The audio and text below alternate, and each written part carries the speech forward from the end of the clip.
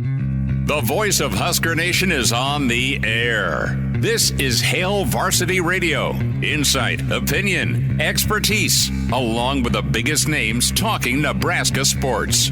Join in with the show at 402-489-1240 or 1-800-825-5865. Now, here are your hosts, Chris Schmidt and Elijah Herbel.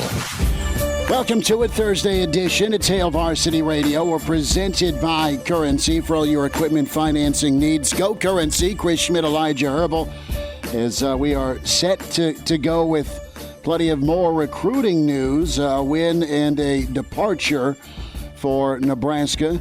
And not to panic you, but a target that is ending up headed to Champaign. We'll get into all of that.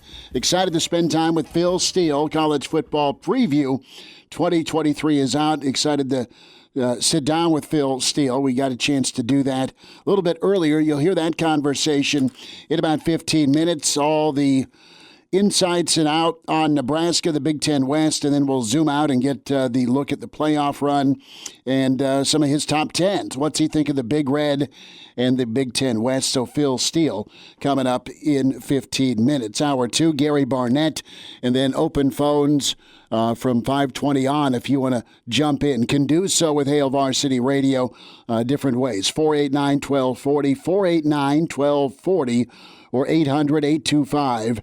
5865. Want to dial us up? Can also make comments in the stream. The Hail Varsity YouTube channel allows you to do that.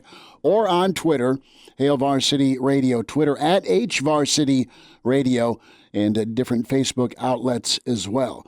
The busy month is almost done, but it continues to be fruitful for Nebraska. Another commit, Carlon Jones out of Bay City, Texas. Defensive lineman, 6'3", 280-ish, 2 years in Bay City. Great write-up by Brady Oltmans. 165 tackles, 40 tackles for loss, 15 sacks for one, Carlon Jones. And the junior film is what we were checking out, Elijah. And he had 102 tackles, 25 TFLs. Last year, 13 sacks as a junior. Projected to be the Defensive Player of the Year in his Region 4A next year, this fall for Bay City. Good get for Nebraska. What's on the horizon? We really look at a couple of spots for Nebraska football as they fill out and finish out this recruiting class, a rush end, an edge guy, and an offensive tackle. So that's the get for the Big Red. Some thoughts and reaction to Carlon Jones, just what we've seen from film.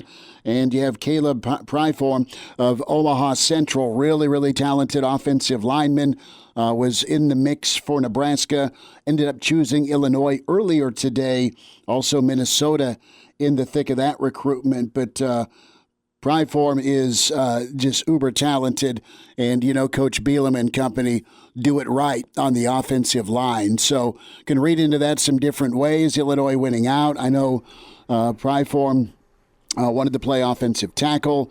Nebraska, I think, saw him more as an interior guy. Nebraska has 3 interior guys already in this class, and maybe that's good news for later tonight with Caden Massey, his commitment announcement, or the Grant Bricks chase that is on at that other offensive tackle spot. And that's why I'm saving my judgment here on this recruitment, because I know Nebraska, as of a month ago, was probably the top school on Pyfrom's list. And then a month later, he goes off and commits to Illinois. Now, within that past month, he did take visits to both Minnesota and Illinois. Maybe that really swayed him. But something tells me that if Nebraska does not pick up or did not pick up Caleb Pyfrom's commitment, it's because they probably have some other options lined up. I think Nebraska's pretty transparent about, here's our board, we like you, and we want you, but this is kind of our priority. And it's better to be honest and upfront than jerk some kids around. And you don't want to lose an in-state tackle or interior lineman, but it sounds like Illinois is more open to at least giving him a shot at tackle initially. Well, and this is kind of what we've talked about with Nebraska in the 500-mile radius. Use the 500-mile radius as your base. That's where you build the majority of your roster, and then you go nationwide And I know Massey and Bricks are both within that 500-mile radius, so it's a little different, but they're outside the state of Nebraska. Guys that you go and say, you know what, we're going to supplement our class with these guys. And I look at Daniel Kalen's recruitment as an example for, again, no inside information from either you or me here on what's going on. We don't have any sources with Pyfrom, Bricks, or Massey. We're not talking to those guys. But from Daniel Kalen's commitment, Coach Huffman was told straight up, and Kalen as well, hey, we got another guy we really like, one of the top guys in the country. We're going after him right now. If that doesn't work out for us, we'll come back. We'll talk to you. We like you, but we just need to be completely transparent about what our recruiting is right now. And I wonder if it's a similar situation with Pyfrom, because I do know Nebraska was going hard after him as of a month to 2 months ago. I'm wondering if as the board has worked out, you mentioned the fact that Nebraska already has 3 interior guys. I wonder if you have some guys, i.e. Grant Bricks, who was on campus this past weekend, who you talked with over the weekend and you feel pretty good about your chances, and you maybe the Husker coaching staff goes to Pyfrom and says, hey, we have a pretty full class here. We think our only option, should you come here, is to move you to the inside. And Pyfrom says, well, I want to play tackle. Again, no inside information, but that's kind of how I'm reading into it. But I'll wait and see based on how some other recruitments and other commitments come out here in the next weeks and months. Jake Peters, Landon Davis, Gibson, Pyle, your 3 interior guys that are part of 2024. Emails we'll get to in hour 2 asking about, what does this season need to be for Nebraska when it comes to retaining this class, keeping this class together. Elijah and I will have some thoughts on that. Back to Carlon Jones and the defensive lineman. We listed the stats. This is commit number 7 from Texas. Elijah, you sent this to me a little bit earlier in the day. I've seen it on Twitter, and our dear friend Mike Schaefer with 24/7 interviewed Jones today, and really intriguing quote that I think has to have a lot of Nebraska fans smiling to read this quote that's out on Twitter from Carlon Jones. Quote, I see a lot of Texas schools getting worried because a lot of us Texas boys are committing to Nebraska. That's really a thing on my visits. Texas schools were worried when I told them I was looking at Nebraska. They said they want to keep me in Texas. Guess what? A lot more Texas boys are getting out of Texas, and they're heading to Nebraska, end quote. That was Jones to Mike Schaefer a little bit earlier today. And you know what? There is a lot of Texas. There is a lot of Texas to cover. There's a lot of schools in Texas, and you look at the commitment and the battle for Jones. I mean, there was TCU, there was Texas San Antonio. That's a newer program, but it's a good program. You're going to have your Baylors. You're going to have your Texases, your Texas A&Ms, LSU, Oklahoma for sure in the state of Texas. We'll see if Colorado gets back into Texas with Dion, because that's where he got his coaching start at the private school ranks in Texas. But Nebraska, you can't put into value what you have. And listen, we don't have results. We have prognostication and past history from Matt Rule with winning and turning a football program around at 2 other stops. What we do have, though, is the connection. We have the emphasis for Nebraska to do well in Texas. And there's, 4 states in this, probably 5 total: California, Texas, Florida. You look at Georgia. It's not Atlanta. Georgia. And then I look at Jersey. Those are 5 big-time states, and then your 500-mile radius, and then your home state. I mean, Nebraska's had to recruit nationally. They've done well at it for most of their winning history, and Nebraska is going to continue to mine Texas, but you can't put into words what the in is with staff connections, with Rule himself, and just how well they've been working without even winning yet in Texas. So that's got to be exciting if you're a Nebraska fan, and they keep going to work. They keep evaluating, and they keep finding Texas talent. That quote says a ton, and it's probably very real, where a guy that's not in the state of Texas anymore, performed a miracle act, is still really well connected down there. And guess what? High school kids and parents and coaches are going to either remember or listen to people that know Coach Rule and his staff from Texas and say, son, you better consider that. May or may not be a fit for you, but at least listen.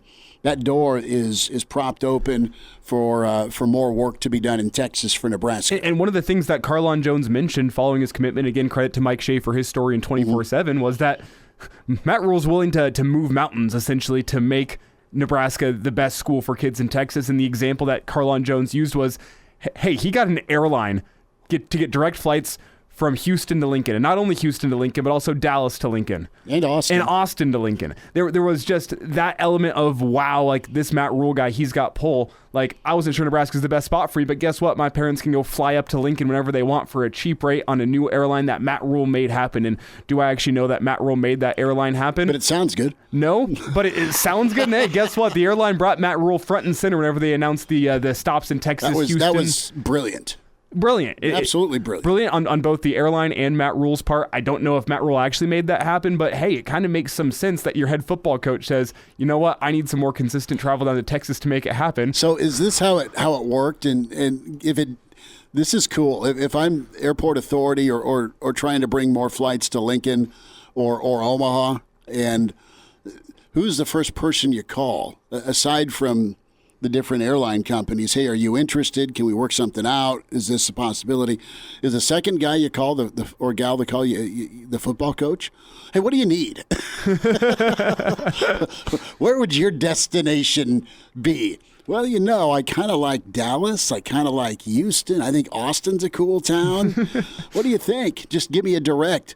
If I could put in a request, I would like a direct flight to Indianapolis at least 1 month out of the year. Just mid to late July, maybe? Yes, just give me that, please. 1 month out of the year. We'll do that. Hey, it'd be nice to have a direct flight to every single Big Ten city, to be honest. And maybe that's the way Lincoln will move eventually. But how nice would it be to be able to hop on a flight either late Friday evening, early Saturday morning, be able to fly to a new Big Ten city, go to the game, and come back on Sunday? That would be the next step in getting the ideal Lincoln Airport. That's maybe more of a pipe dream, but that's awesome. Float this by you. Our old buddy Jack Ebling, sportscaster extraordinaire from Michigan, from East Lansing. He is the dual threat.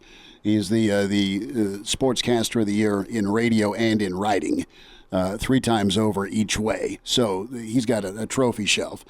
And he was reaching out this morning. He's like, so, are you guys headed to East Lansing in November? I'm like, well, we're headed to Minnesota. We're headed to Colorado for road shows. I would love to go to East Lansing. I thought once upon a time there was a direct flight to East Lansing, but he's like, you've been drinking already? I'm like, no, it's 5 a.m. I have not partaken.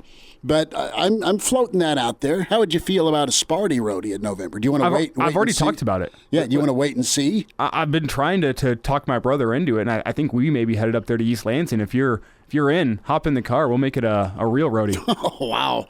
I was thinking of figuring out how to panhandle Mama and get a flight up there.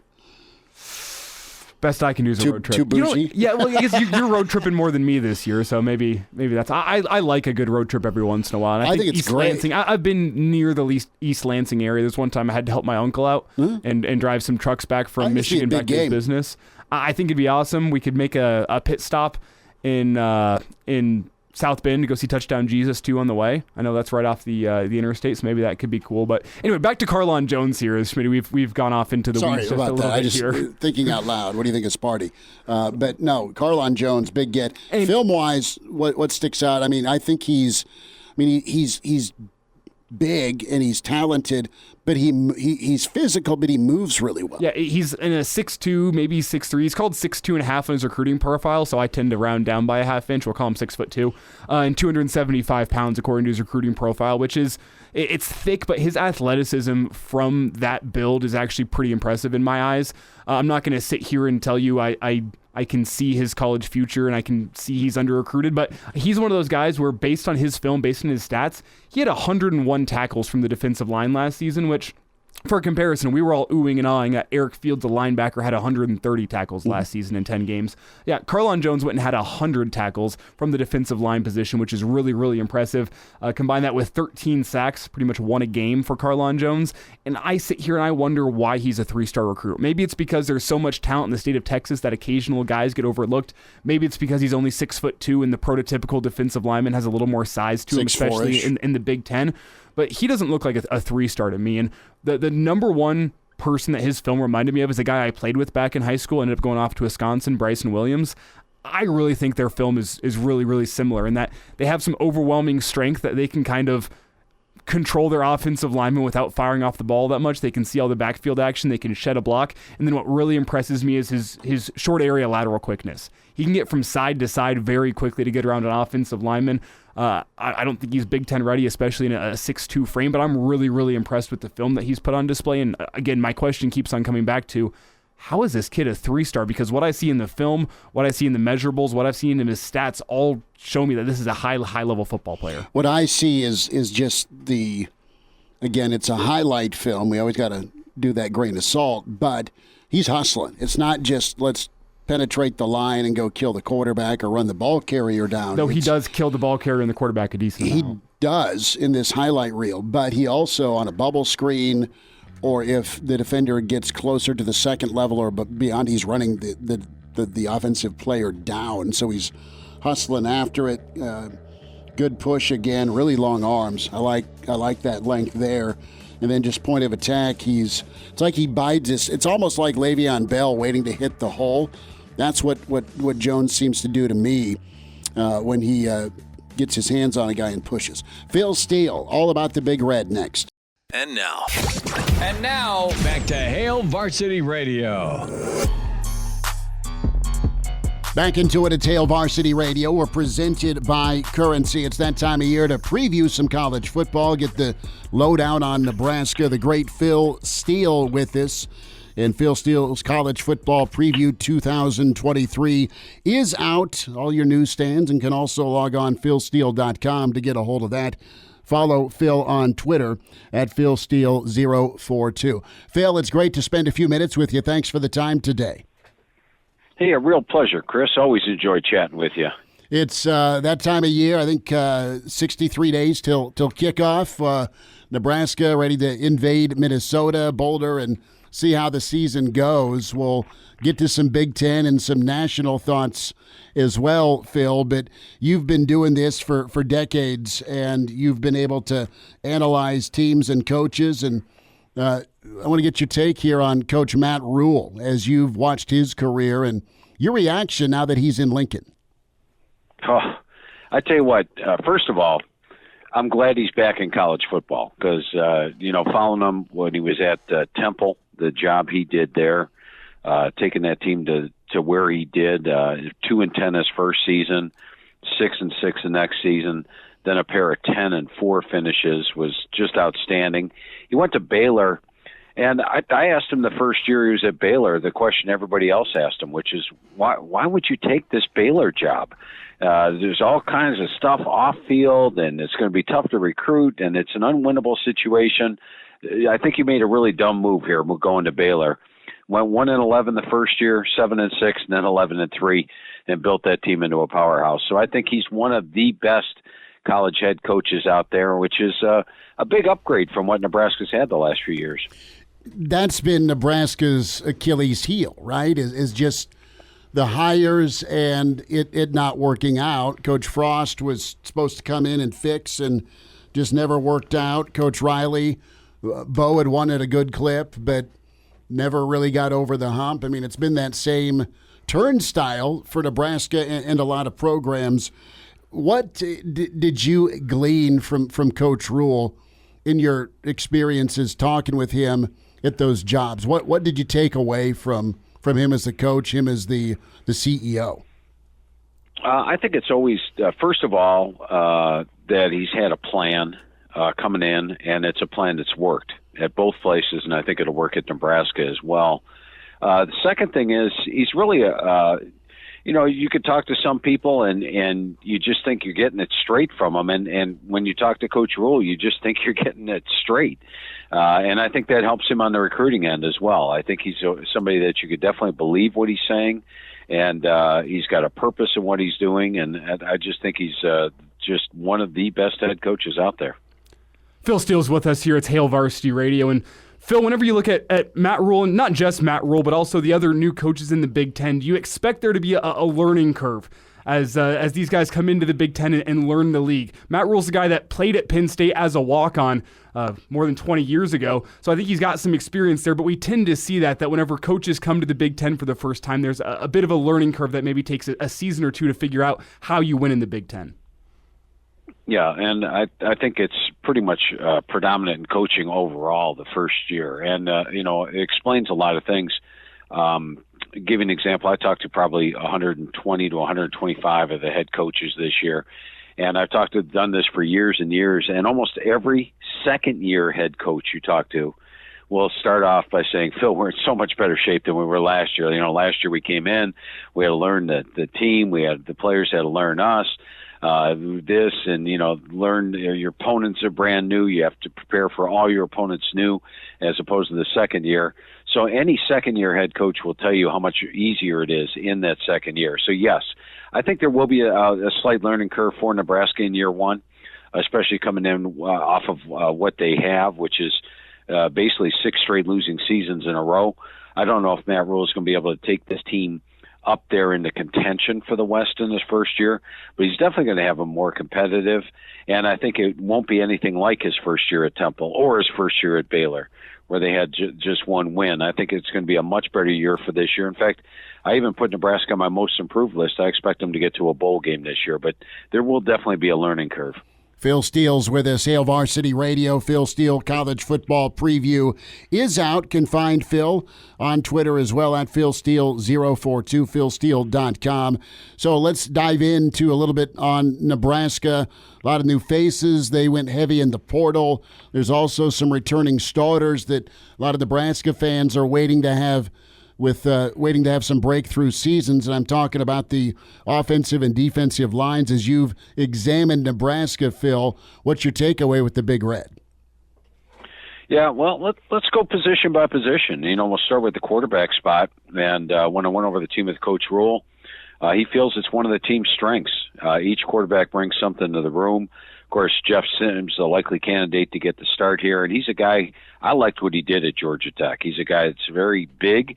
He's 6'4", he's 219. He's got the arm strength. He's got the mobility, and he is a game changer. He's dynamic, athletic, smart, everything you want in a quarterback, and there's good backups there as well. When your third stringer's Chuba Purdy, you're in pretty good shape because he's a guy that's got experience. You look at the running back core, Coach Rule told me that they have a good collection of running backs. In fact, he feels the top 3 all have NFL capabilities. He's not saying they're ready for the NFL, but they can get there. And I like Irvin, Grant, Johnson, and I think they're going to run the football more than they did last year, which is a big upgrade there.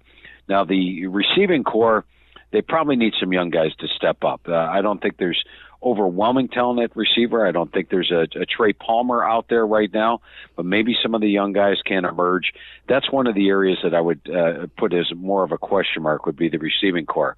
Offensive line, it looks like they feel pretty good about the top 5 guys they've got going on the offensive line. Need to develop a couple of backups. I know most coaches I talk to like to have 8 offensive linemen they can rely on. Right now, I think the number is 5. They need to develop a couple more because you're going to need depth on the offensive line.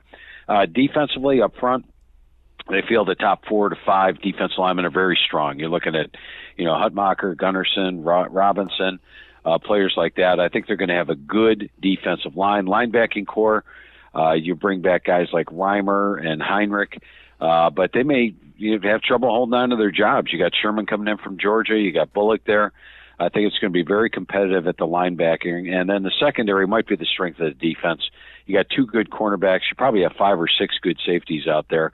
So I think the secondary is the strength of the defense. And overall, the special teams has always been a question under Scott Frost, but he brings in Ed Foley, who's been his special teams coordinator at all 3 stops. and I think Foley's got some talent to work with. So I think the special teams will be improved over what they've been under Scott Frost. Phil, all in all, how do you think Nebraska stacks up with the rest of the Big Ten West? Well, I've got them coming in fifth at this point, and part of that is due to the schedule. When you look at the schedule this year, they have to play Minnesota, Illinois, Wisconsin, even Michigan State on the road, and then getting home games against Michigan and Iowa. They'll probably be an underdog in those as well. So there's quite a few games for them to possibly be an underdog in. But I think when the smoke clears, unlike the past few years where all the close games were lost, I think they win some of those close games this year, and it's going to be enough to get them to a bowl game. I do feel that the West this year comes down to that battle between Wisconsin and Iowa. I've got Wisconsin, my number one surprise team in the country this year, 18 returning starters. They had in a quarterback like Tanner Mordecai to go along with Braylon Allen and Ches Maluzzi at running back. They've got a big old offensive line and a very good defense, and they've got the best schedule. I mean, they get Iowa at home. They get Nebraska at home. They get Ohio State at home. So I think Wisconsin's got a really good schedule. And then with Iowa, remember last year they had a tough schedule. They drew both Ohio State and Michigan. This year those two teams drop off the schedule. They do have to play Wisconsin on the road, but I think they've got a much more manageable schedule this year. And the biggest improvement for them is at the quarterback position. I know when Cade McNamara jumped in the portal, the first thing I thought was, go to Iowa. And then, boom, there he is in Iowa. I think that's the one thing Iowa's been missing is a great game manager at QB to go along with that outstanding defense, to go along with that outstanding special teams. And the offensive line's been a bit of a question mark the last 2 years. I think the offensive line's going to look like a Kirk Ferentz offensive line this year. Plus, they got some dangerous players at running back like Caleb Johnson and LaShawn Williams, and at receiver with Reganey and Lachey. So this is a very good Iowa team. I think the West is won by the winner of that Wisconsin-Iowa battle on October the 14th. Phil, a quick thought on the Gophers. Coach Fleck just keeps finding a way to 9 wins, and he's done it with some big-time guys. He's done it with guys that got developed, and when their name and number was called, they were ready. I think they're going to have a monster offensive line, but just not as much experience as maybe some other groups in the Big Ten West, or you look at the Big Ten overall. But that's the opener for Nebraska Thursday night, and prime time to get the Big Ten and college football season kicked off. It's not Ireland like last year, but it's still going to be a daunting task. What do you think of the Gophers this year? Where do they fit in the mix here with the West? Yeah, Chris, I think you hit it on the head. The offensive line is the big question mark. Now, last year they lost a bunch off the offensive line, but they brought in 2 transfers. This year they lost a bunch off the offensive line. They didn't bring in the transfers. So I know Coach Fleck is comfortable with what he's got coming back on the offensive line. They've got the tight end and Span Ford. Kelly Kamanis is a guy at quarterback who I think is going to come in and probably have an improved year over what Tanner Morgan did last year. And they bring in Sean Tyler, a 1,000-yard rusher from Western Michigan, a running back, to replace Ibrahim. Defensively, there are some holes to fill. He hit the transfer portal hard. He brought in Ryan Seelig from Western Michigan, Chris Collins from North Carolina. I don't think this year's Minnesota team is quite as good as last year's Minnesota team. And I only have the Gophers a small favorite in that opener. I think it's a game Nebraska could go in there and steal, especially in the first game of the season. So I'm really thinking that's going to be a pivotal game for both Nebraska and Minnesota as to how their season goes. Quickly here, Phil. Illinois, a year after having an incredible season under Brett Bielema, their defense really led the way. They lost a lot of talent to the NFL. What do you make of the Fighting Illini in the West this season? Yeah, I think a lot of it's going to be how quickly the offense develops. They lost their quarterback, Tommy DeVito, but they bring in Luke Altmaier coming over from Ole Miss. The running back room, Coach Bielema told me he was pretty happy with the running backs. They've got Isaiah Williams, a wide receiver, who's in his second year moving over from quarterback. The offensive line is going to be one of the best in the country. They got 2 NFL guys on the left side, and Isaiah Adams and Julian Pearl. Look for them to run left on 3rd and 1. I think they're going to get quite a bit of those. And defensively, they got a couple of NFL guys in Newton and Randolph up front on the defensive front. So as much as they've lost some players on defense and they lost their defensive coordinator, I think they're going to be just as good defensively. And frankly, I felt Illinois was the best team in the West last year. They blew it at the end of the season, losing those close games to Purdue and Michigan State down the stretch when they really had the West wrapped up. And I think they'll be a contender in the West again. I've got them coming in 3rd in the West this year, a dangerous team. More with Phil Steele. We'll continue on. Thoughts on the Big Ten East, the college football playoff picture ahead. And now, back to Hail Varsity Radio. Phil Steele's with us. A few more minutes. Hail Varsity Radio, college football preview with Phil. It is out at newsstands and, of course, philsteele.com, where you can log on and order and get your college football read for the season. The overall health of the Big Ten is solid. You have Michigan that's trying to get to a third straight playoff. Ohio State doesn't like what's happened the last 2 years in the game, those results, and then there's always the threat of Penn State. What's the pecking order like for you this fall, Phil, in the East of the Big Ten? It changed almost on a weekly basis when I was doing the magazine during the 7 months. You could take a look at Michigan. That they're the one with the experienced quarterback, which is a big plus with J.J. McCarthy. Ohio State might have the most overall talent of the three teams. And you look at the fact that Ohio State's basically a missed field goal away from winning the national title last year. Had that field goal gone through, I think Ohio State would have beaten TCU in the championship game and won the national title. They've got a new quarterback, but they've got a very talented, the best set of receivers in the country, dynamic running backs. The defense looks really good. And then Penn State, probably the most complete team. And I like what they got at quarterback in Drew Aller. I think he may even beat Sean Clifford's or come close to Sean Clifford's numbers from last year. They're dynamic on the defensive side and the offensive side, especially with running backs Singleton and Allen. For me, it came down to schedule. Ohio State does have to play Wisconsin on the road and Michigan on the road. Michigan, while they have to play Penn State on the road, does get Ohio State at home. And Penn State does have to play, of course, Michigan at home and Ohio State on the road. They also draw Iowa out of the West, which I think is going to be tough. So the slightest of edges I gave to Michigan, and they get that big game against Ohio State at home. Phil, do you think this is a year where we could again get two teams out of the Big Ten and two teams out of the Big Ten East into the college football playoff? How do you think the top of the Big Ten stacks up with the rest of the country? Yeah, I think the potential definitely exists. You look at the Pac-12, I think there's going to be a lot of cannibalization out there in the Pac-12 where all the big boys are playing each other. Washington, for example, last year didn't play Utah or USC. This year they have to play them both. So they're going to be probably have a Pac-12 champ with one or at least possibly two losses. You look at the Big 12. The Big 12's been a crapshoot for a couple of years now.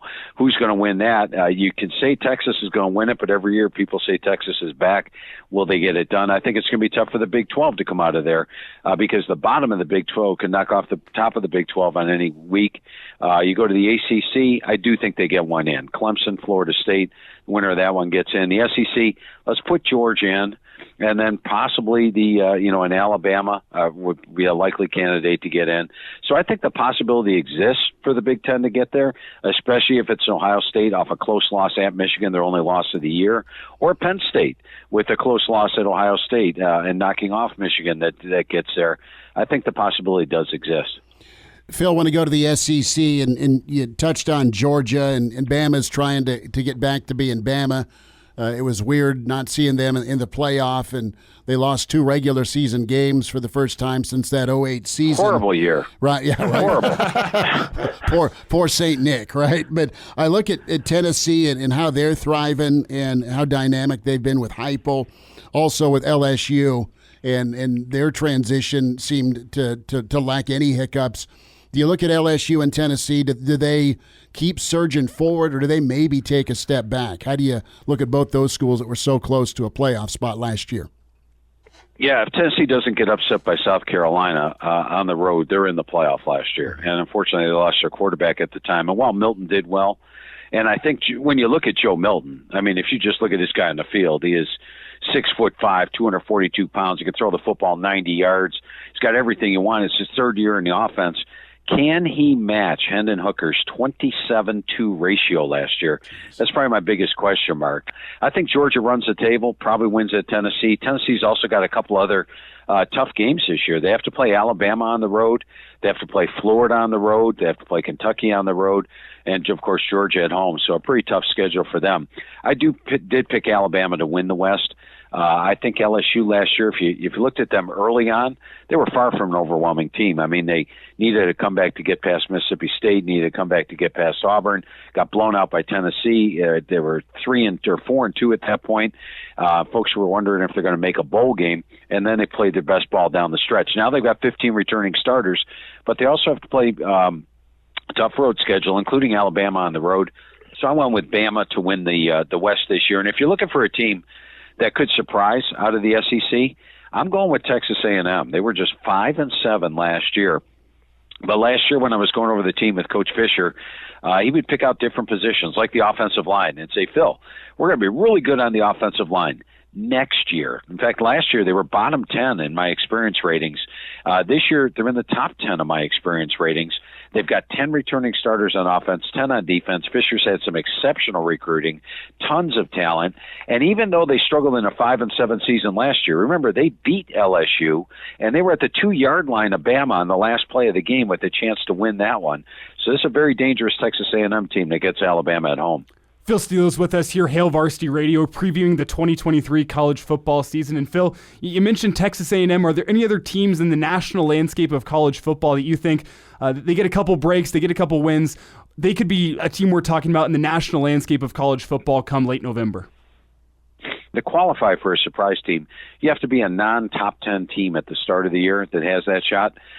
Texas is not going to be in the top 10 at the start of the year. But when you look at Texas, they are the clear-cut front runner in the Big 12. In fact, when you look at their units, the individual unit rankings, all 8 units rank in my top units. The lowest rated unit is the running back core, which I have number 24 in the country. Almost all their units rank at the top. Number 4 offensive line, number 5 receivers, and they're good on special teams as well. Number 3, they have a tough schedule this year, but I think Texas actually has that shot to potentially get in there. Well, I got to ask about Notre Dame, or Coach Jim Hansen of Pius will never speak to me again. And the Irish, they are, well, they're a team that you love or you don't. What does this season look like? What's year 2 look like under the new regime? Well, now, I talked about the criteria to be a surprise team. You have to be a non-top 10 team at the start of the year.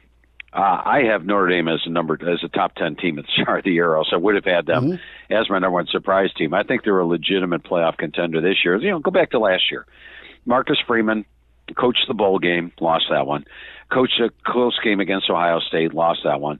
Coached against Marshall, lost that one at home. So he opens up his career 0-3 as a head coach. And you're wondering, okay, did they get the right hire here? And then they started playing good defense down the stretch, even with a backup quarterback last year. And, frankly, looking at it, Buckner, I think, would have got him to more wins than Drew Pine. But with a backup quarterback last year, they went 9-2 down the stretch, played really good football. And this year, they're much improved at quarterback. They're not playing a backup. They've got Sam Hartman, one of the best quarterbacks in college football. They've got a deep running back core. In fact, Estem, Price, Ford, they moved Chris Tyree to slot receiver because they're so deep at running back. The offensive line looks to be one of the best offensive lines in the country. Defensively, loaded across the board. They got my number 18 rated defensive line, number 7 set of linebackers, number 9 DBs. They're solid on special teams. These guys block punts. They're my number 6 special teams unit in the country. And when you look at their schedule, they get Ohio State at home. They get USC at home. So even if they were to lose, let's say at Clemson, this team could very well be 11-1 at the end of the year. And I think they're a legitimate title contender, and don't be surprised if they knock off an Ohio State on September 23rd or knock off the Heisman Trophy winner Caleb Williams on October the 14th when they get them at home. And now, back to Hail Varsity Radio. Phil Steele with us, College Football Preview 2023 at Phil Steele 042 on Twitter, philsteele.com, or a newsstand near you. Phil, this was a ton of fun, man. We always appreciate you making time and talking college ball with us.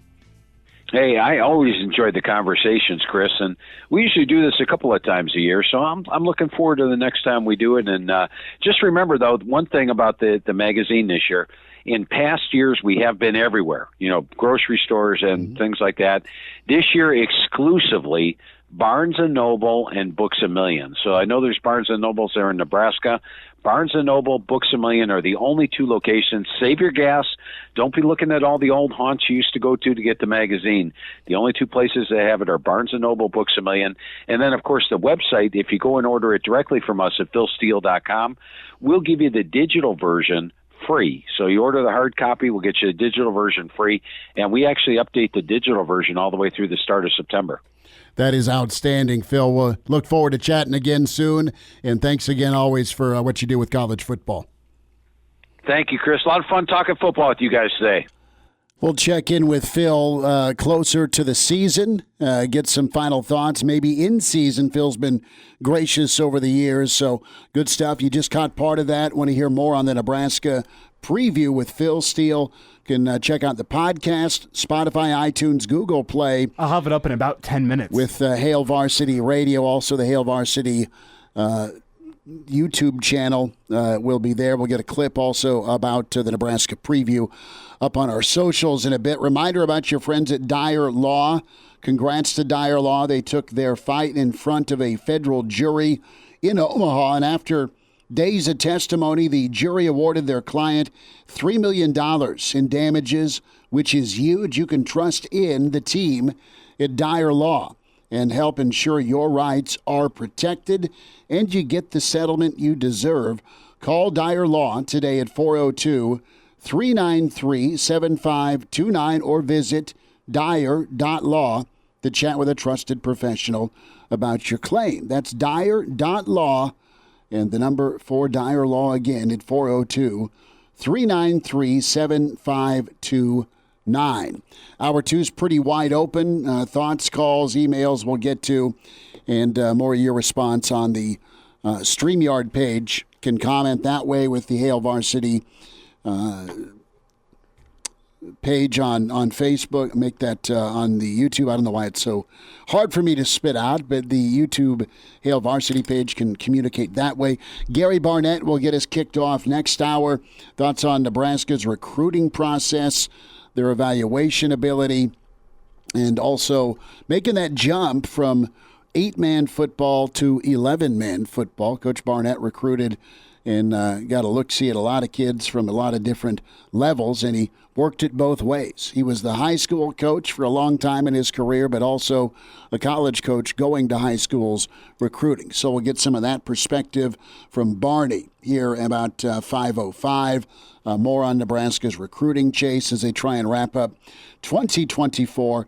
And an interesting email here on what does Nebraska's season need to be if you're a recruit that's committed now, but there's still plenty of time between now and that third to last week of December. What's the season record mean to some of these kids? Not able to read minds, but have a thought or two on that. Hour 2 coming up at Hail Varsity. We're presented by Currency. The voice of Husker Nation is on the air. This is Hail Varsity Radio. Insight, opinion, expertise, along with the biggest names talking Nebraska sports. Join in with the show at 402-489-1240 or 1-800-825-5865. Now, here are your hosts, Chris Schmidt and Elijah Herbel. Back into it. It's Hour 2. It's Hail Varsity Radio. We're presented by Currency. Hall of Fame coach at Northwestern and Colorado. We say hi to Gary Barnett. He's gearing up for the 4th. Coach, how we doing? Doing well. Nice summer days here in Boulder, and everybody's gearing up for football, and as you guys are, and we're gearing up for the Nebraska game here. It's going to be so exciting for Nebraska, Colorado, and is it me or do you agree that this summer is already just in ultra fast mode where you blink and we're already into July almost? I mean, this summer's just flying. Well, it's fast for you, but it's really fast for me because I'm about 30 years older than you, bud. So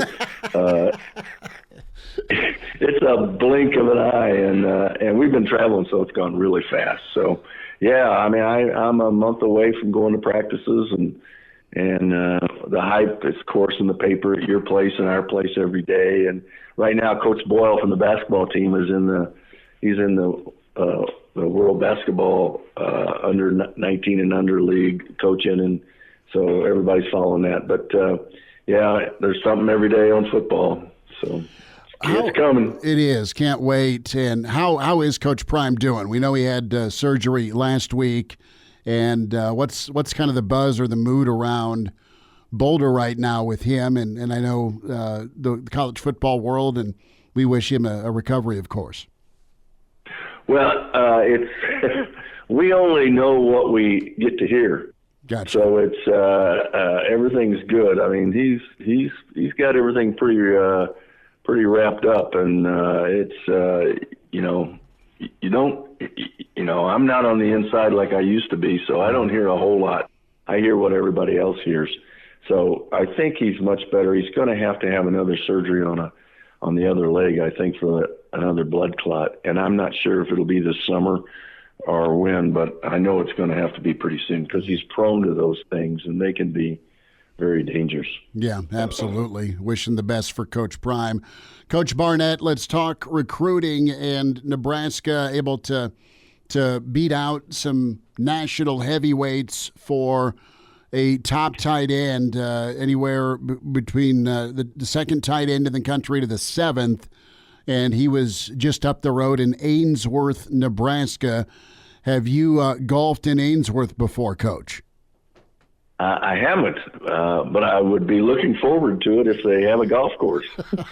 We'll have to get up there, but Ainsworth had about 1,300, a big celebration in that community yesterday, and Carter Nelson picking Nebraska, but Notre Dame, they flew in. Bama was in communication. Of course, Penn State.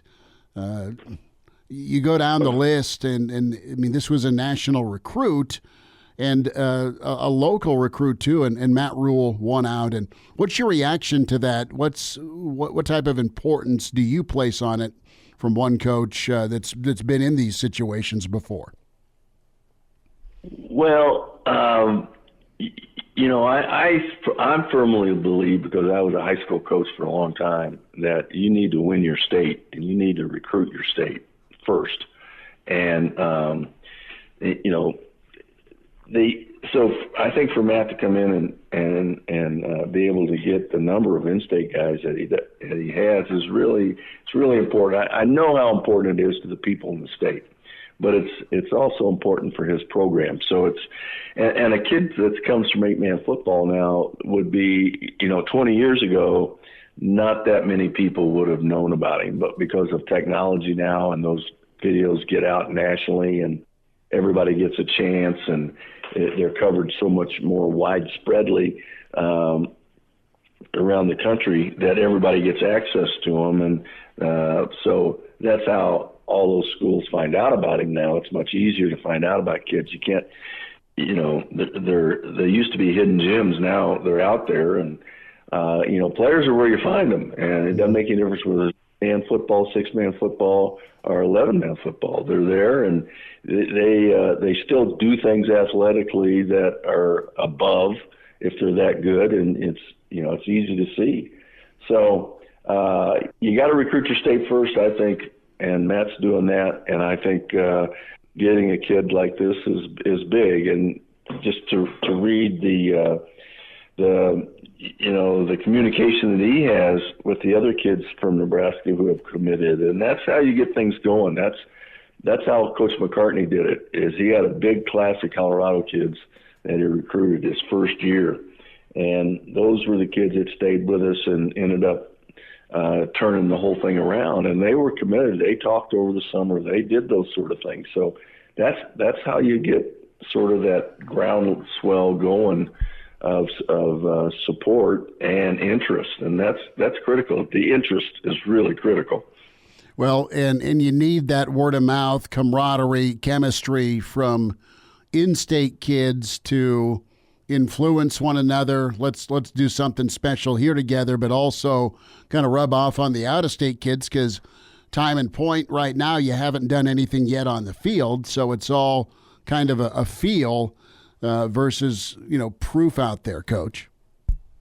Well, absolutely. We're going through that here is we have this groundswell. Everybody is all of a sudden interested and all of a sudden involved with Colorado football. But,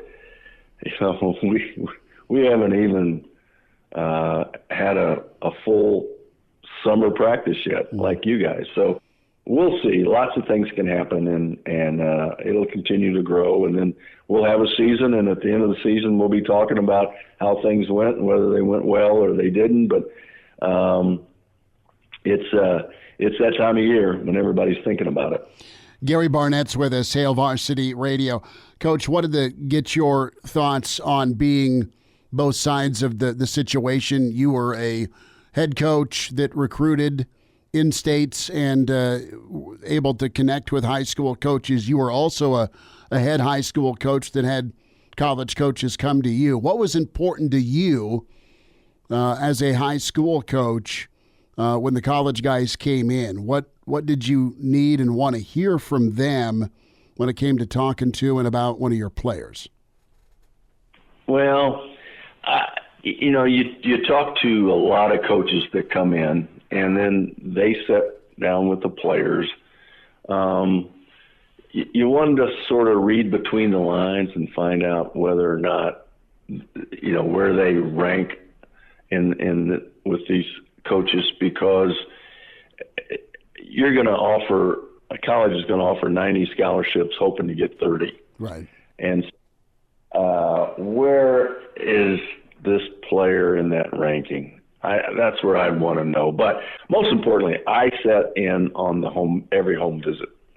And so all those years, so I could weed out the BS from everything else.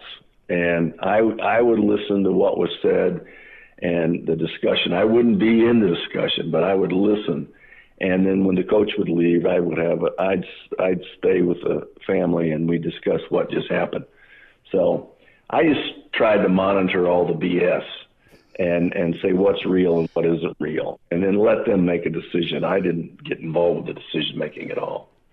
Who is the greatest spewer of BS, or do you want to go there? Ron Meyer. Really? Oh, the old SMU coach?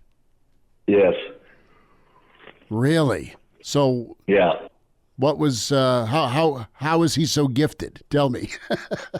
Well, he was slick, and he was slick, and there was all sorts of rumors going on at the time anyway, and so I just wanted to make sure that our guys knew what was going on there.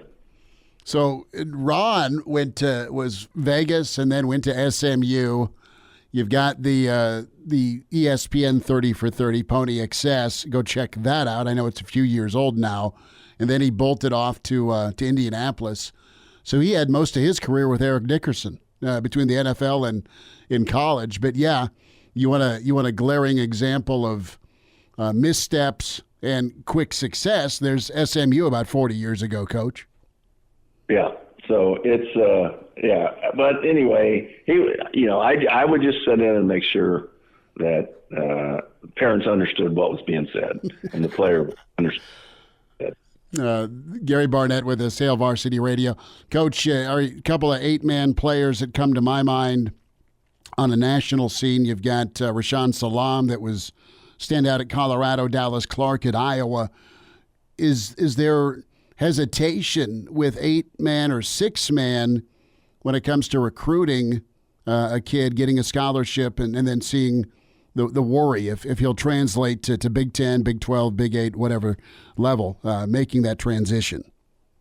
Well, that's a concern for every player, for every coach, for every player coming in, is will he make the transition? So whether it's 8-man football, it always adds a little bit caliber of play in the 8-man football.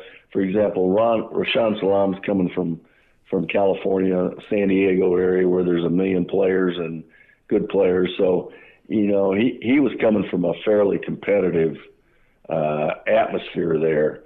So, and I wasn't around when Rashaan was here, so I don't really know. But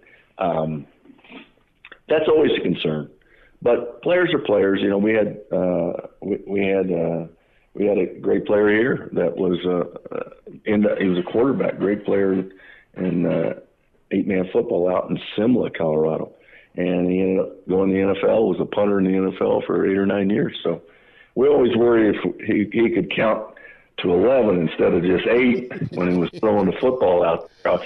First day, he said, "Where'd all those guys come from?" I said, "We're playing against Barry. You're playing against 11 of them now, not just 8 of them." That's funny. Gary Barnett with us.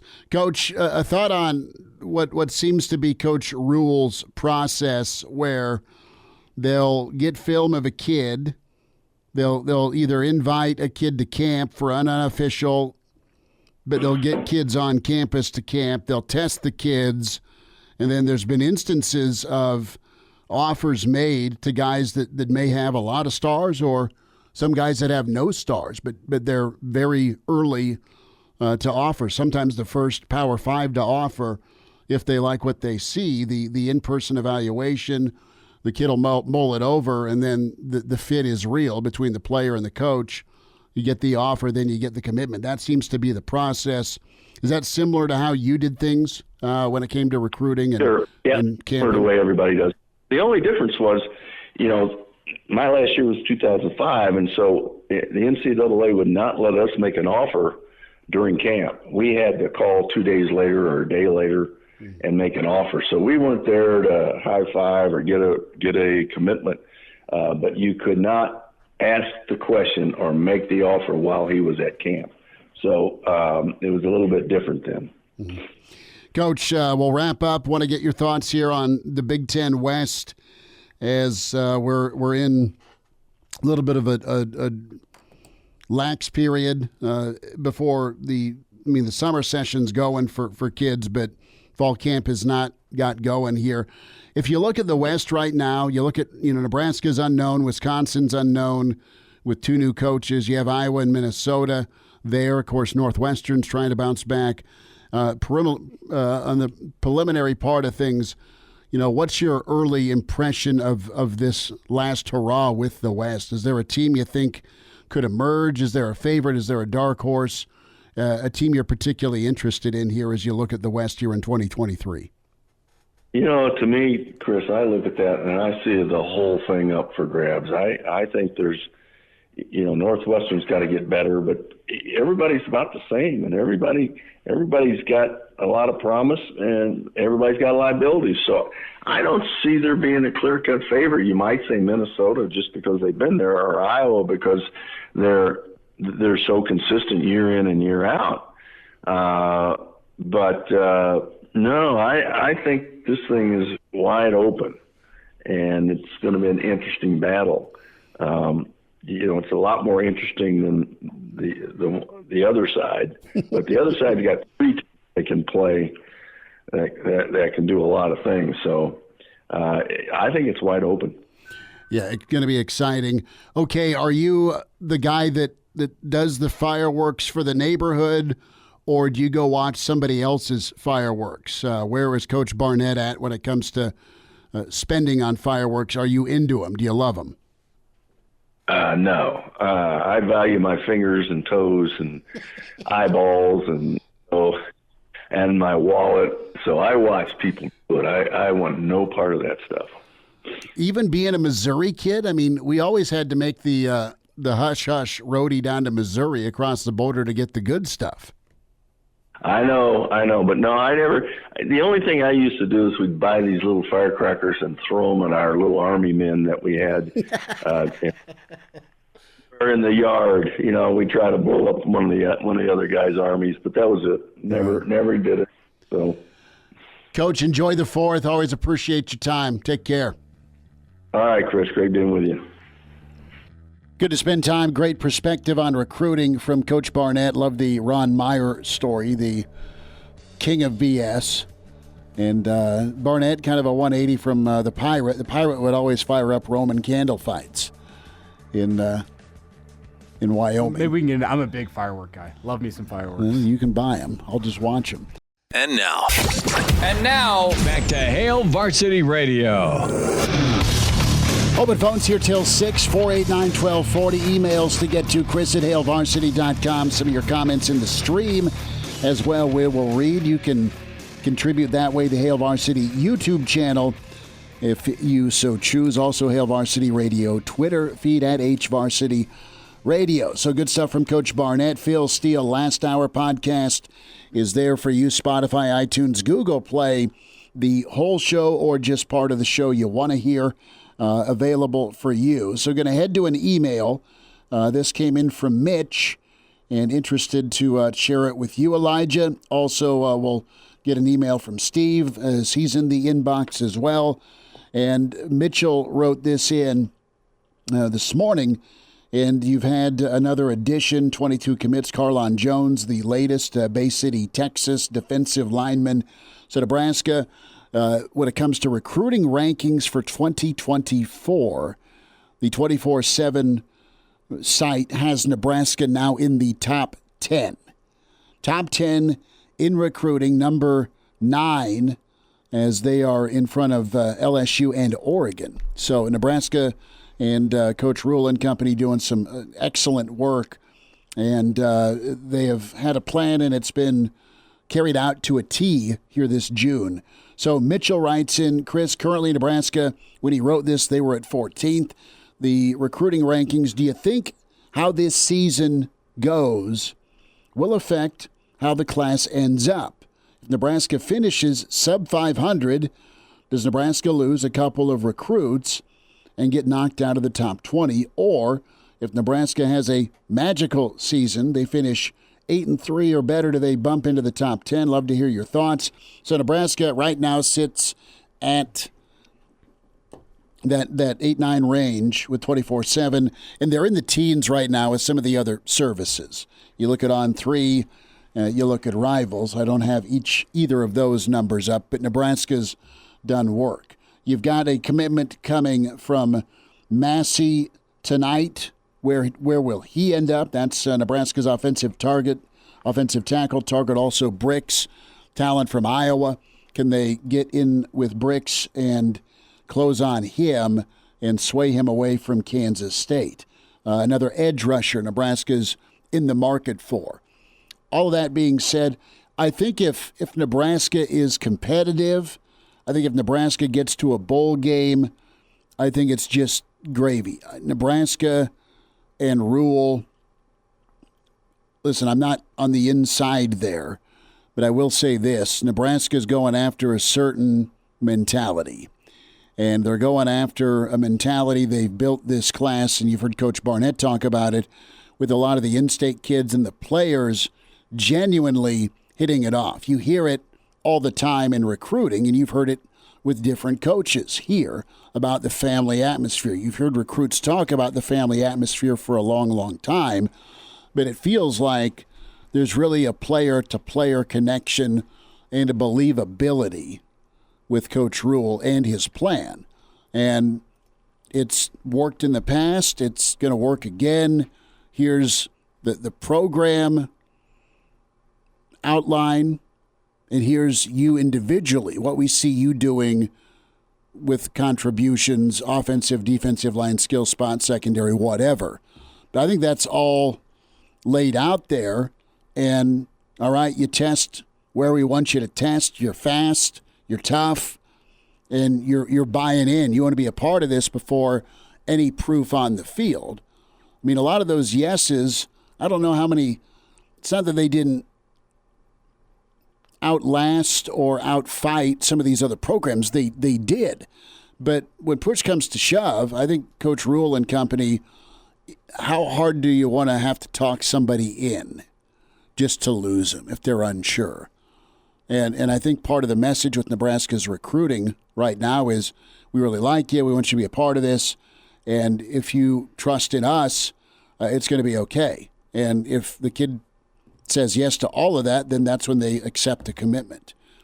And can minds change? Can recruitment stay hot and heavy with some other area schools? I mean, look at all the Texas kids, right? There's 7 kids from Texas.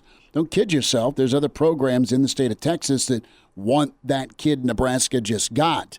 Now, the difference is where's this kid on Nebraska's board compared to being on someone else's board at a Texas or an A&M or a Texas Tech. So it's never a sure thing until you get the ink and then the fax machine dusted off. That said, I think if Nebraska's competitive, they get to a bowl game, I think you're really solid without having any last-minute drama or flips. If you exceed expectations and a kid comes back to Nebraska in the 12th hour, as good as he could be, Nebraska is going to probably be like, hey, we just may not have room for you. You should have bought in early. Mm-hmm. And you've heard Rule say it before, I like the kids who buy in without any proof. Or they don't need to be shown what we're talking about. They're kind of blind faithing it. So I think it helps solidify if you have a good season or a competitive season, 2-10, 1-9, or 1-11, 2-10. I'd worry a little bit about some defections. I just don't think they'll do that. I don't think they'll be 4-8, 5-7. I truly, honestly think that with what's here and what's been brought in, that they can be right around that 6-6 or better mark. I think two things can be true here in this conversation. One is that there will probably be some, and by some, one or two changes of hearts in this recruiting, and it happens. In this recruiting process. Mm-hmm. The season's going to start.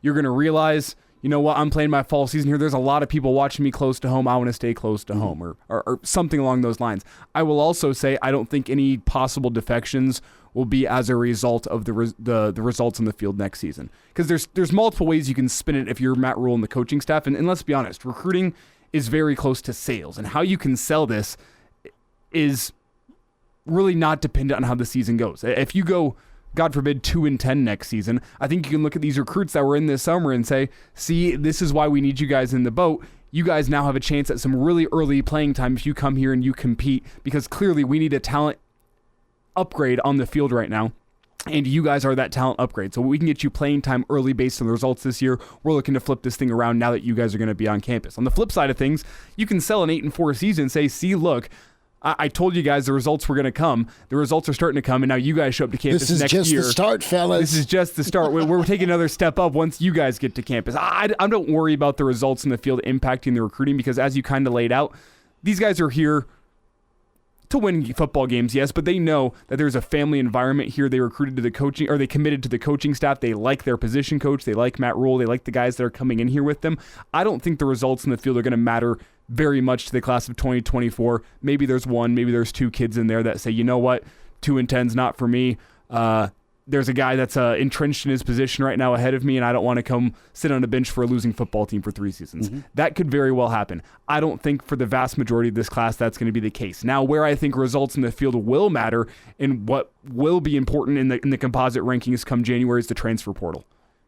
That's fair. It's how a similar good and case. competitive are you? And if there's some prospective difference makers out there, dude, I want to go play for Rule. It's easier to say, hey, in year one, we went 8-4. We have a boatload of money waiting here for you and a starting spot, and you can come in and help us make the year 2 jump whenever we get some of our younger talent in the boat and ready to go as well. We're going to be much better next season. You can sell that to a guy easier than you can sell a guy, I think, that was coming to a 2-10 football season, where you can say, hey, look, we got this NIL money for you. Results in the field, well, they're coming. It's harder to sell a transfer portal kid on that. That's they want to win immediately, or they want to get to the NFL. Because most of these guys, it's a 1 or a 2 year stint after their portal, where, as you said, they want to win some football games and they want to go to the NFL. That's where I really think results in the field will matter. And that composite combined transfer portal and recruiting ranking, that could be dependent on how the results in the field look. I don't think that strictly the high school class of 2024 is going to be all that affected by results in the field, simply because you can sell it in a multitude of ways why Nebraska is still the right stop for you, no matter what the results in the record on the field is next season. You don't want to have to kill yourself to talk a kid into coming just to lose him or have him be unsure. Mm-hmm. You want to take a commitment that you are fairly certain you'll at least get the kid on campus for a couple of years, and you want it to work out. That's what's hampered Nebraska. Not only coaching changes, but also defections. You've not retained some of the bigger names in your recruiting classes over several years. And it's even worse now Worse as in if you're a coach, you're recruiting your current team, not just who you're trying to bring in for next season because of the portal. And I'm not, piling on the portal as good, bad, ugly. I'm just saying it's harder now to keep a team together because you heard Phil Steele talk about Notre Dame. They were a quarterback away early in the season from being special. Well, Wake Forest has been really a pretty good top 25, top 15 team, scoring 45 points a game. Their senior quarterback just bolted for the Irish in Hartman. Mm-hmm. He makes them absolutely a playoff threat because of how good he's been. But if you're Wake Forest, you're like, what the hell? We're going 8-4, 9-3, and now I get to go to Notre Dame. Steve emails in chris@HaleVarsity.com. Guys just was catching part of this conversation and was asking, is Nebraska still possibly looking at other players for this class and, where at? They are looking at other players, but where at? The two spots that Nebraska needs to hammer, offensive tackle and one more edge rusher. I think you'd take 2 tackles if you could get them. I think you take one more edge rusher, and I'm sure you have a board. It's not reliant on position, but best available out there, almost like a draft board, where if this kid were in on who's pretty high profile and we really like and is super talented, would say yes to us, then, yeah, you find a spot for him. But I'm thinking there's, you're at 22 right now, 25 is the number, probably 3 more spots. Mm-hmm. And there are some loosened restrictions with being a first-year head coach, your first recruiting class, with the numbers that you're allowed to bring in. But yeah, I'm with you here. I look along the lines of scrimmage. Carlon Jones is an interior defensive line guy. They got a couple of those guys last class. I think they're probably done there here in this cycle. As you laid out, an offensive tackle or 2 would be huge for this class. It's something we talked about last week, still being a position of need. And then, yeah, the edge rusher, you can never have too many edge rushers. But yeah, I'm kind of with you that Nebraska feels solid about what their base is right now for this recruiting class. You have 22 guys. I think if Nebraska finished with this 22 guys and this was it, all they bring in, I don't think that's going to be the case. I think the coaching staff would be happy with this as a potential rebuilding class. So yeah, you're going to save some spots for some guys that you really think can be difference makers in this class. I don't think you're going to go fill up a spot here just to fill up a spot. No, you've got to hit a certain number testing-wise. I mean, there's room for some gray area, I'm sure. Well, and every recruiting spot you leave open is another transfer portal spot you now have in 6 months. Brett does email in chris@HaleVarsity.com. Don't kid yourself, the portal starts in middle school, and it's going to be this way forever. No loyalty. Thoughts on gambling, the smackdown by the NFL. And now, back to Hale Varsity Radio. One final thought here on that email from Mitchell. And can join us, Hale Varsity Radio, 489-1240, or the Hale Varsity YouTube channel, Hale Varsity Twitter feed at HVarsity Radio. I think there's enough kids from multiple states, and I'm picking Nebraska and I'm picking Texas. Those are your 2 leaders, where you've got 7 from Texas, 6 from Nebraska. You've got what feels like, or at least on its face, looks like a pretty tight-knit recruiting group where they've spent a lot of time together on unofficial visits or official visits, and I think they've done some bonding. Are they best friends? I don't know, but there's enough guys, case in point with Daniel Kalin, how he's been very vocal and active with the peer recruitment part, not just his 2 mates from Bellevue West, but other kids. You look at Carter Nelson and that connection and friendship that's developed.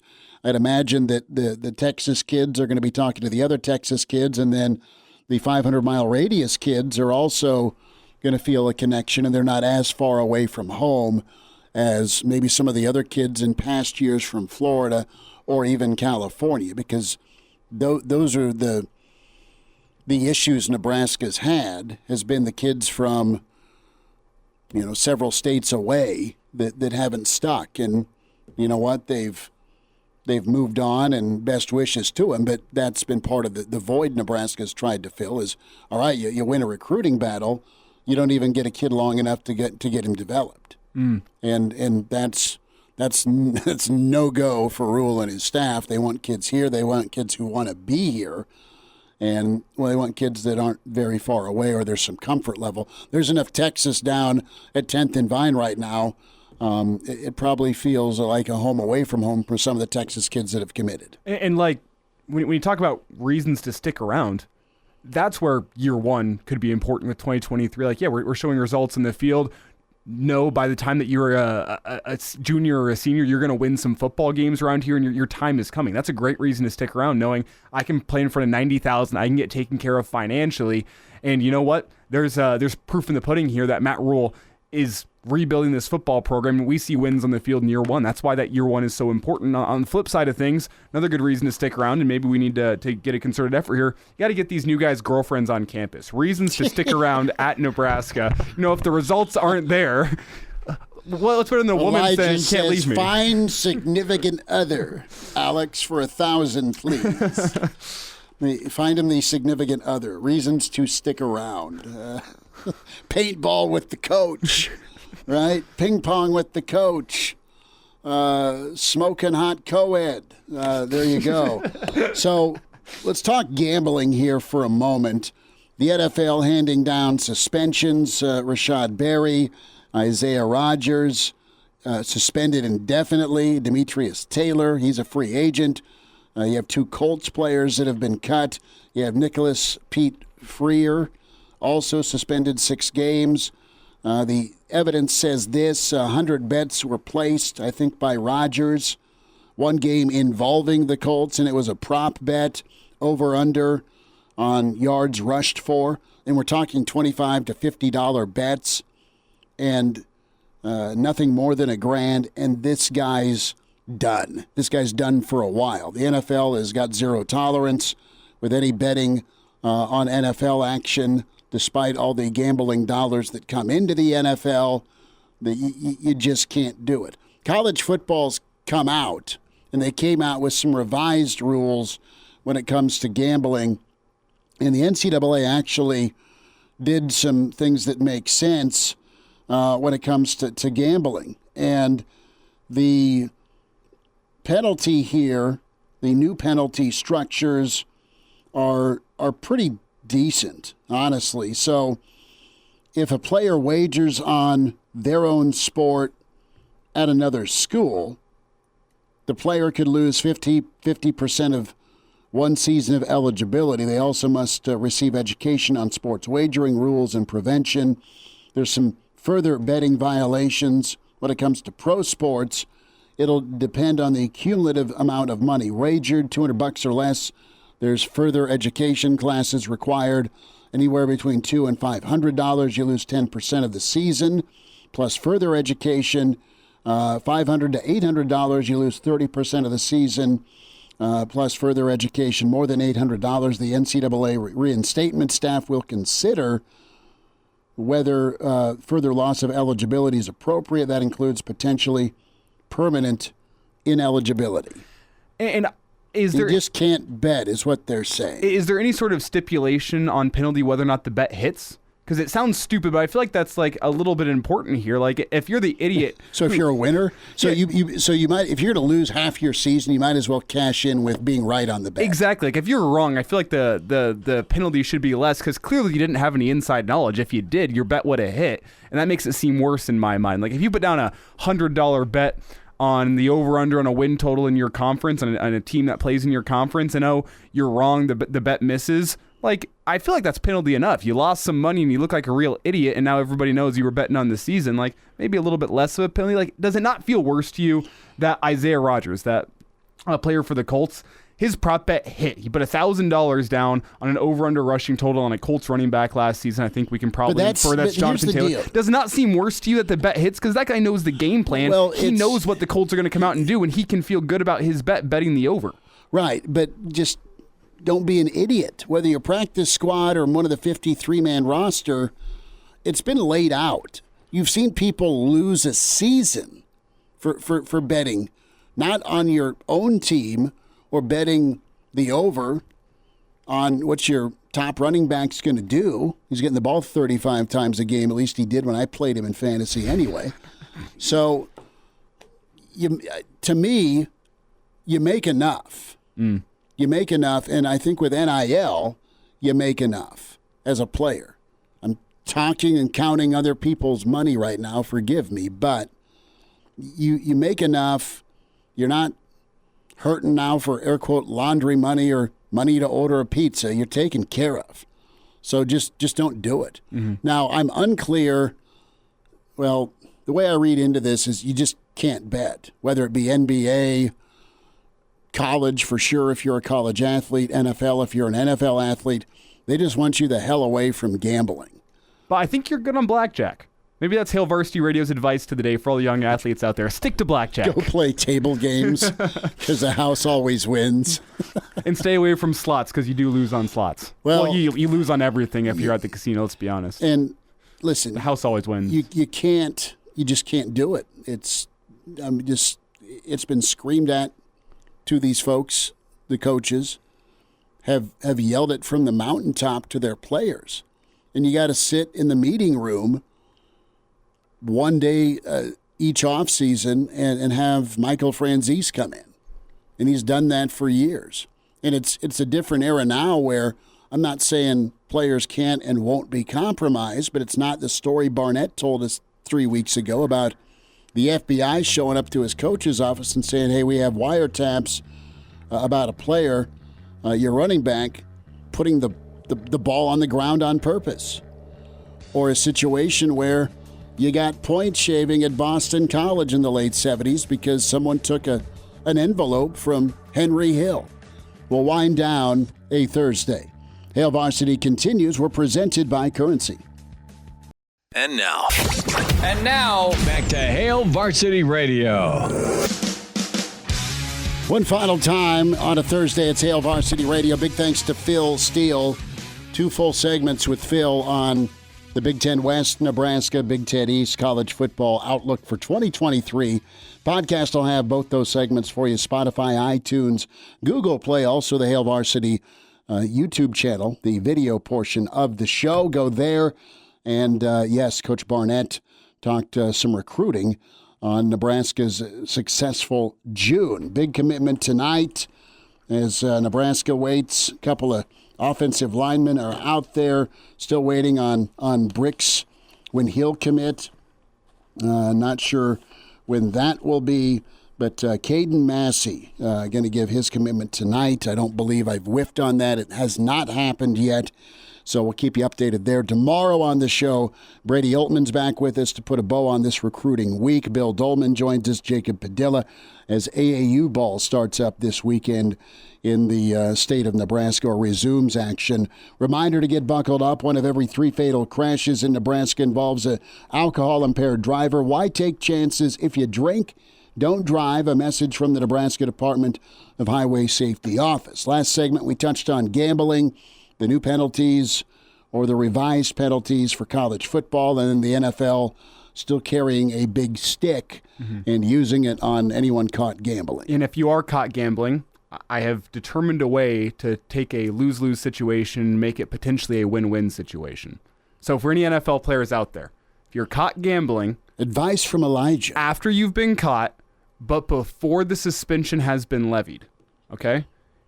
You're going to take yourself and you're going to walk on down to the sports book and you're going to go find the line for how many games you are going to be suspended. So just bet on yourself. You're going to bet the over, because now you're going to be putting Roger Goodell in a tough place. Either he really, puts the hammer down on you and suspends you a lot of games, and now your bet hits. What if you lose that? Well, then it's okay. If you lose that, then you're not suspended as many games. You're back to playing football quickly. So it's a hedge bet, but for your own career. Yeah, well, it's a hedge bet, but you're gonna lose half your salary if they don't cut you anyway. But you could, say you bet the over on a 14.5 game suspension. Now Roger Goodell is going to look at it and say, if I suspend him a full season, he's going to make a lot of money. That doesn't feel like too much of a punishment. Again. That doesn't feel like you're still making money, though. It doesn't feel like as much of a punishment. Whereas if now Roger Goodell comes in and says, well, we can't have this bet hit, we're going to make it a 12-game suspension, maybe there's a team out there that'll take a chance on you and say, you know what, by the end of the season, we could use this guy. It's a nightmare. Terrible life advice with Elijah Herbel. Yeah, thank you for tuning in. We'll do that every Thursday when there's not steak and a beer bets to be had. So plans tonight, are you grilling? Are you chilling? What are you doing? I'm heading down, checking out the Lincoln Salt Dogs tonight. Good, you're going to the Dogs? Yeah, it's the final game of their series against the Winnipeg Goldeyes. A big one, as both of these teams come to the end of the season, likely going to be in some wild card contention, so every single head-to-head matchup matters. Go down and check out the Dogs, and not to mention it's Thirsty Thursday night at the ballpark. I was thinking, okay, I'm doing the math here. It's Thursday. Elijah likes beer. $3 select tall boys at Haymarket Park. Not a paid sponsorship. I'm just excited. No, you'll hear the Dogs here locally at 6:30 on KFOR. But no, back at you tomorrow at 4, and plenty to get into.